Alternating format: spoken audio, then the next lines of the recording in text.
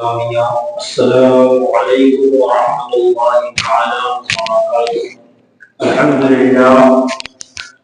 الحمد لله نحمده ونستعينه ونستغفره ونؤمن به ونتوكل عليه ونعوذ بالله من شرور أنفسنا ومن سيئات أعمالنا. من يهده الله فلا مضل له ومن يضلله فلا هادي له ونشهد أن لا إله إلا الله وحده لا شريك له ونشهد أن سيدنا ومولانا محمدا عبده ورسوله. قال الله تبارك وتعالى في القرآن المجيد والفرقان الحميد: أعوذ بالله من الشيطان الرجيم. بسم الله الرحمن الرحيم. وقل رب اغفر وارحم وأنت خير الراحمين.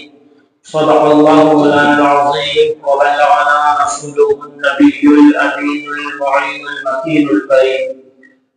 ونحن على ذلك من الشاهدين والشاكرين والحمد لله رب العالمين. محترم حاضرین و سامعین، ابھی میں نے جس آیت کریمہ کی تلاوت کرنے کا شرف حاصل کیا ہے، اس میں مشاہد سے قبل نبی والے نبی کی بارگاہ میں جی لگا کر یہ درود پیش کر لیا جائے. اللہم صلی علی سیدنا و مولانا محمد المعون للجود والکرم وآلہ الکرام الکریم وبارک وسلم. حضرات محترم، شعبان المعظم کا یہ مبارک و متبرک مہینہ ہمارے سروں پر سایہ فکن ہے، اور اس مہینے سے متعلق آپ نے گزشتہ ہفتوں میں اس کی اہمیت و فضیلت پر گفتگو سماعت فرمایا ہے، اور اس پروردگار کا بے پناہ کروڑوں انسان ہے، لاتعداد انسان ہے، اور اس کی بارگاہ میں شکر ہے کہ اس پروردگار نے ہمیں پھر سے ایک بار یہ مبارک مہینہ عنایت فرمایا، اور اس ماہ مبارک کی مقدس رات شب برات بھی ہمیں عنایت فرمایا. عزیزان ملت اسلامیہ، احادیث کریمہ کا جب آپ مطالعہ کریں گے تو پتہ چلے گا کہ اللہ کے رسول صلی اللہ علیہ وسلم نے اس ماہ مبارک میں جتنے زیادہ روزے رکھنے کا اہتمام فرمایا ہے، دیگر مہینوں میں اتنے زیادہ روزے نہیں رکھے. بی بی عائشہ صدیقہ رضی اللہ تعالی عنہا ارشاد فرماتی ہیں کہ میں نے آقا کریم صلی اللہ تعالی علیہ وسلم کو اس مہینے سے زیادہ کسی دوسرے مہینے میں روزہ رکھتے ہوئے نہیں دیکھا. آقا کریم صلی اللہ علیہ وسلم کا یہ معمول تھا کہ شعبان المعظم کا جب چاند دکھتا تو آپ روزے رکھنا شروع کر دیتے، اور اس مہینے کے آخر تک روزے رکھتے رہا کرتے تھے.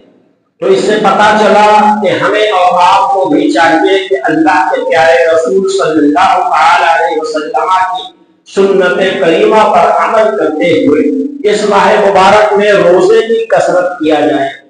اور یہ تلقین آقا کریم صلی اللہ علیہ وسلم نے اس لیے فرمایا کہ آنے والا جو مبارک مہینہ جو تمام مہینوں کا سردار ہے، جس کے ایک مہینے کے روزے اللہ تبارک و تعالیٰ نے ہم پر آپ پر سب پر فرض فرمائے ہیں، تو بندہ اگر اس مہینے سے روزے رکھنے کا عادی ہو جائے گا تو اسے بھی رمضان المبارک کا روزہ رکھنے میں کوئی دشواری محسوس نہیں ہوگی. لہذا یہ ماہ مبارک ہمارے لیے جو ہے، یہ سمجھیے کہ ٹریننگ کا مہینہ ہے. اس میں عبادت کی ہمیں ٹریننگ لے لینا ہے، تاکہ آنے والے مہینے میں ہمیں نماز پڑھنے میں، تلاوت کرنے میں، روزہ رکھنے میں کسی قسم کی طبیعت پر گرا نہ گزرے، بھاری نہ لگے، بوجھ نہ لگے. میرے عزیزوں، اس ماہ مبارک کے متعلق اللہ کے پیارے رسول صلی اللہ علیہ وسلم کا ارشاد ہے. آپ جانتے ہیں کہ اللہ کے پیارے رسول صلی اللہ علیہ وسلم اس دنیا میں تشریف لانے سے قبل بھی 1,24,000 کم و بیش انبیاء کرام کی جلوہ گری ہوئی ہے، آپ سب کے سب تشریف لائے، سب یہی پیغام لے کر آئے کہ رب کی وحدانیت کا اقرار کرو اور رب کی بارگاہ میں سر و سجود ہو جاؤ، شرک سے، خرافات سے، برائیوں سے بچتے رہو۔ لیکن میرے عزیزوں، اللہ تبارک و تعالیٰ نے انہیں بڑی طویل عمریں عطا کی ہیں۔ کسی کی 700 سال ہوتی تو کسی کی 500 سال ہوتی، کسی کی 900 سال ہوتی، اور آج جو ایج کا ریشیو ہے، عمر کا جو ریشیو ہے، یہ آپ دیکھ رہے ہیں کہ بالکل گھٹ کر نیچے آ چکا ہے۔ 60 سال، 70 سال، 100 سال تو اب بڑا ہی کم سننے کو ملتا ہے۔ میرے عزیزوں، لہٰذا پروردگار کی بارگاہ میں ہمارے حبیب آپ صلی اللہ تعالی علیہ وسلم کے رسول، ہمارے آپ کے رسول ہمیشہ اس بات کو لے کر فکر زدہ رہا کرتے تھے کہ کل جب قیامت کا منظر ہوگا، قیامت کی صبح ہوگی، قیامت کا دن قائم ہوگا، تو پچھلے تمام انبیاء کی امتیں اپنے زیادہ سے زیادہ اعمال، کوئی 800 سال، کوئی 900 سال، کوئی 1000 سال، کوئی 500 سال، کوئی 200 سال کی عبادتیں لے کر آئیں گی۔ ان کے سامنے ہماری امتوں کی عبادتیں بہت تھوڑی ہوگی، بہت کم ہوگی۔ یہ خوف میرے آقا صلی اللہ علیہ وسلم کو ہمیشہ لاحق رہا کرتا تھا۔ آپ اس بات کے ہمیشہ فکر زدہ رہا کرتے تھے، تو اللہ تبارک و تعالیٰ نے ایسا فضل فرمایا ہے، ایسا کرم فرمایا ہے کہ اس سال میں ایسی 3 نورانی راتیں عطا فرما دیا ہے کہ اگر بندہ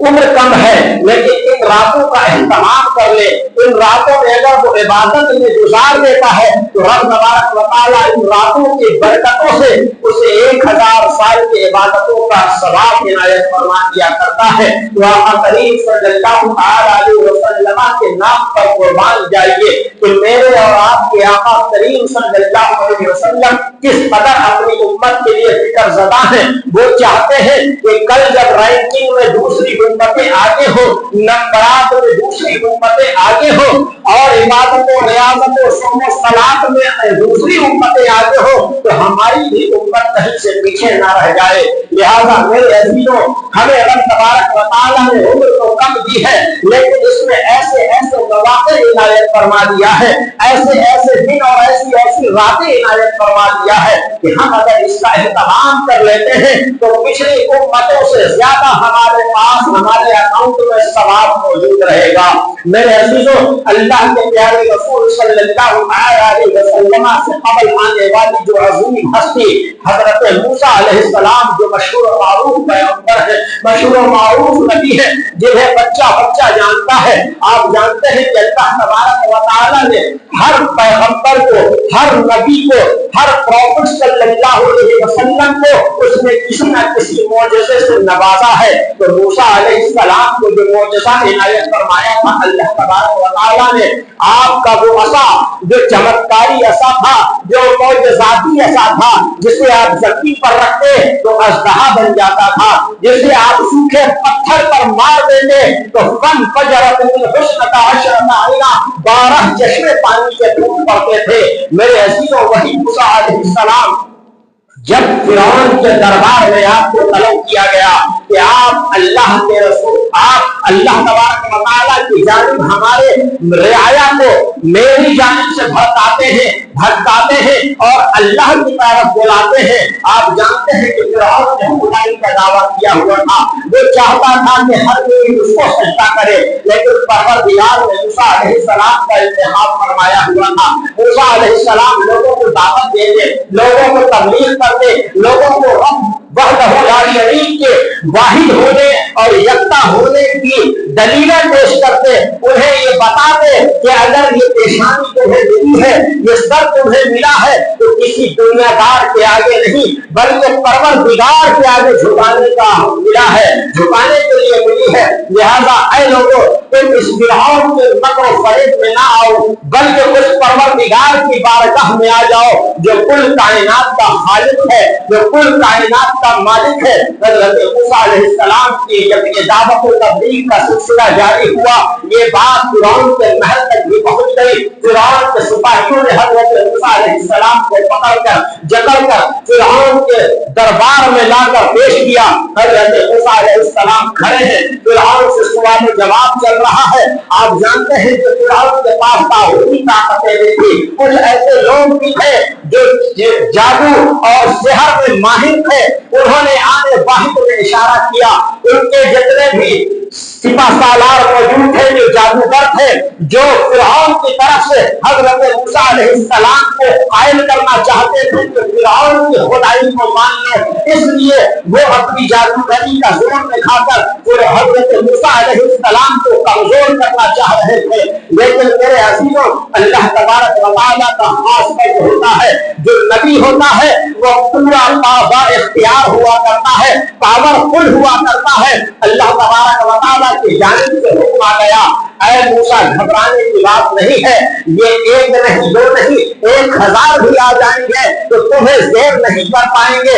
غالب ان پر تم ہی آؤ گے اور تمہاری ہی بدولت ہم انہیں ایمان کی دولت سے سرفراز فرما دیں گے. میرے عزیزوں جب ان جادوگروں نے کہا کہ اے موسیٰ پہلے تم حملہ کرو گے یا پہلے ہم حملہ کریں, حضرت موسیٰ علیہ السلام نے فرمایا اے لوگوں تمہیں جو کرنا ہے تم اپنی طاقت کا حربہ اپنا لو, اس کے بعد میں پھر تمہیں بتاؤں گا کہ حق کیا ہوتا ہے. وَقُلْ جَعَلْ حَقْ وَزَهَقَ الْبَاطِلُ, بے شک حق آیا اور باطل مٹ گیا. عزیزان ملت اسلامیہ قرآن مقدس اس واقعے کا شاہد ہے. آپ سورہ بنی اسرائیل بھی پڑھ سکتے ہیں, اس میں یہ واقعہ آپ کو ملے گا. میرے عزیزوں جادوگروں نے جب اپنے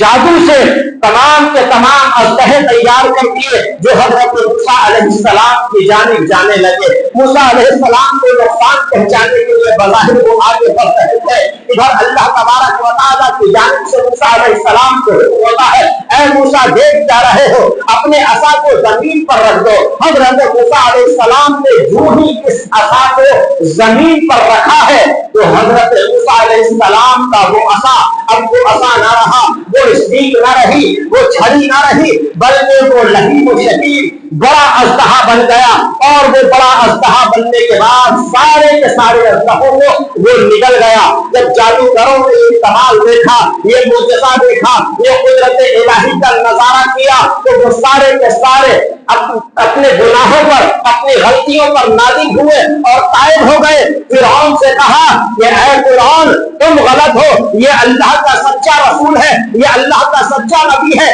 کیونکہ ہم نے جو یہ جادو سے جو اژدہے بنائے تھے, یہ جو سانپ بنائے تھے, یہ سانپ بظاہر تو تمہیں نظر آ سکتے تھے لیکن یہ نقصان نہیں پہنچا سکتے تھے. موسیٰ علیہ السلام کا جو اژدہا ہے وہ حق ہے, وہ قدرت کی جانب سے اژدہا بنا ہے, کیونکہ یہ سارے کے سارے اژدہوں کو نکل گیا ہے. جادو سے بننے والا اژدہا کسی کو نکل نہیں سکتا, کسی کو نقصان نہیں پہنچا سکتا, بس وہ کسی کو ڈرا سکتا ہے. میرے عزیزوں حضرت موسیٰ علیہ السلام نے اپنے اژدہے سے وہ سارے اپنے عصا سے وہ سارے کے سارے جو ہے معجزہ دکھا کر جادوگروں کو صاحب ایمان بنا دیا. آقا کریم صلی اللہ علیہ وسلم نے اس واقعے کو جب ملاحظہ فرمایا ہے, جب پڑھا ہے, جب آپ تک اس واقعے کا علم ہوا ہے, آقا کریم صلی اللہ علیہ وسلم رب کی بارگاہ میں گزار ہوتے ہیں اے پروردگار عالم تو نے موسیٰ کو اتنی خوبیوں سے نوازا ہے, اتنے کمالات عطا کیے ہیں کہ ان کی وجہ سے, ان کی برکت سے جادوگر اور کافر ایمان لے آتے ہیں. مولا تو ہماری امت کے لیے کیا نواز رہا ہے, تو میری امت کو کیا عطا فرما رہا ہے. معراج کی رات قربان جائیے, نبی جا رہے ہیں, اپنی بات نہیں کر رہے ہیں, اپنے گھر والوں کی بات نہیں کر رہے ہیں, اپنی بیٹی داماد کی بات نہیں کر رہے ہیں, اپنے نواسے اور اپنی ازواج مطہرات کی بات نہیں کر رہے ہیں, بلکہ ہم گنہگار, ہم خطاکار, ہم صحتکار عافیت کی بات کر رہے ہیں. قربان جائیے آج اسی نبی کا نام لینے پر بعض لوگ خطبے لگاتے ہیں, اسی نبی پر سلام پڑھنے پر بعض لوگ خطبے لگاتے ہیں. میرے عزیزو احکم الحاکمین کی بارگاہ میں ہے, میرے رسول پروردگار کی بارگاہ میں ہے. اپنے لیے طلب نہیں کر رہے ہیں, اپنے گھر والوں کے لیے طلب نہیں کر رہے ہیں, طلب کر رہے ہیں تو یہ طلب کر رہے ہیں مولا تو نے موسیٰ کو یہ قدرت بخشی, ان کے ذریعے سے تمام کے تمام جادوگر صاحبان ایمان ہو جاتے ہیں. میرے مولا تو میری امت کو بھی کچھ ایسا عطا فرما دے. میرے عزیز و پروردگار نے فرمایا اے محبوب ہم نے آج